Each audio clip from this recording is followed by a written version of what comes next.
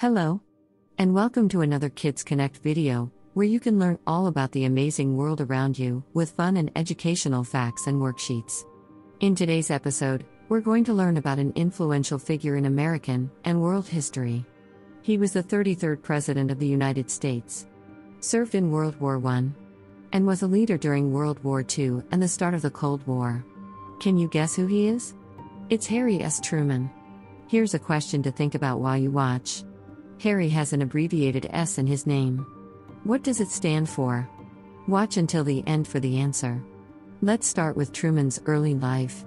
He was born on May 8, 1884, in Lamar, Missouri. He was the son of John Anderson Truman and Martha Ellen Young. He had two younger siblings. Truman's dad was a farmer. They lived on different farms until it was time for Harry to attend school. From then, they settled in Independence, Missouri. Harry graduated high school in 1901. Harry's family couldn't afford college, so he briefly attended a business college before entering the workforce. From 1905 to 1911, Truman joined the Missouri National Guard. He rejoined it from 1917 until the end of World War I in November 1918. Following the war, Truman returned home to Kansas and married Bess Wallace in 1919. He opened a haberdashery, but it went bankrupt with the recession of 1921. His next career move saw him become a judge in 1922. By 1934, he was elected to the U.S. Senate. His political rise continued when he was chosen to be the vice presidential running mate for Democrat Franklin D. Roosevelt in the 1944 election.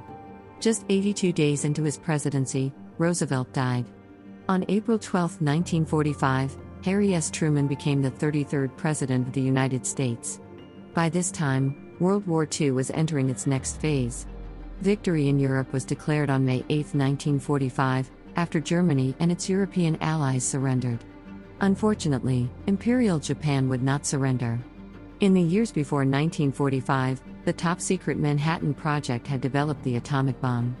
Truman gave the orders to use atomic bombs on the cities of Hiroshima and Nagasaki. The devastation was so great that 5 days later, on August 15, 1945, Japan surrendered and World War II was over. Although the United States and the USSR were allies during World War II, they quickly became enemies because of their different ideologies. This period is known as the Cold War. The United States was threatened by the spread of communism, and so, in 1947, Truman developed a plan to help any country that felt threatened by communism. The plan was called the Truman Doctrine. Back at home, Truman put a stop to the Taft-Hartley Act in June 1947, with a veto.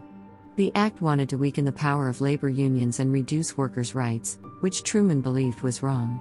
The next month, he signed the National Security Act, which helped create the Department of Defense, the U.S. Air Force, the CIA, and the National Security Council. Truman then implemented the Marshall Plan in 1948. It was designed to help countries to rebuild and gain stability after World War II. As part of the World War II settlement, Berlin in Germany was divided into East, controlled by the USSR, and West, controlled by Western allies. In June 1948, the USSR blocked access to West Berlin for nearly a year. In response, Truman ordered thousands of supplies to be dropped from planes to West Berlin, to prevent a humanitarian crisis. Back home, in 1948, Truman won the election and served a full term. During this time, he desegregated the armed forces. And he signed the Housing Act of 1949, for improving housing conditions and increasing affordable housing. In 1949, he supported the creation of NATO as a security measure against communism. During the Cold War, the US and USSR never directly attacked each other. Instead, proxy wars raged. For example, in 1950, Communist North Korea invaded South Korea. South Korea was supported by American, as well as United Nations troops. Because of growing fears of communism in America, in September 1950, Congress passed the McCarran Internal Security Act. It would give the government more power to investigate and prosecute suspected communists. Truman vetoed the act, saying that it violated the basic principles of freedom and justice. Truman's veto was later overridden by Congress. Truman surprised many when he declined to run for a second term in 1952. Some reasons included a lack of popularity with the public. his age and health, political pressure, and the toll on his family. After retiring, Truman found himself struggling with only an Army pension and money earned from writing his memoir. So Congress passed the Former President's Act in 1958, which provided him with a larger pension for serving as president.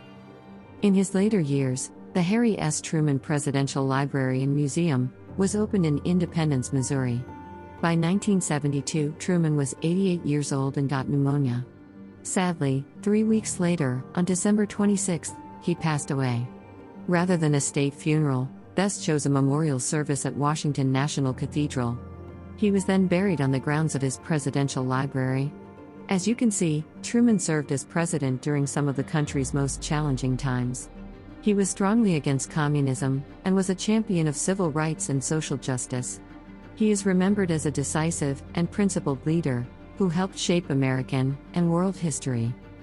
And now for the answer you've been waiting for. The S in Harry S. Truman's name is not an abbreviation for anything. His parents decided on the letter S only, to honor both his grandparents, who were called Anderson Ship Truman and Solomon Young. That's it for today. If you enjoyed this lesson, visit KidsKonnect for fun worksheets on many more U.S. presidents and history topics. Don't forget to like this video and subscribe to our channel to be the first to know about new content. See you in the next video.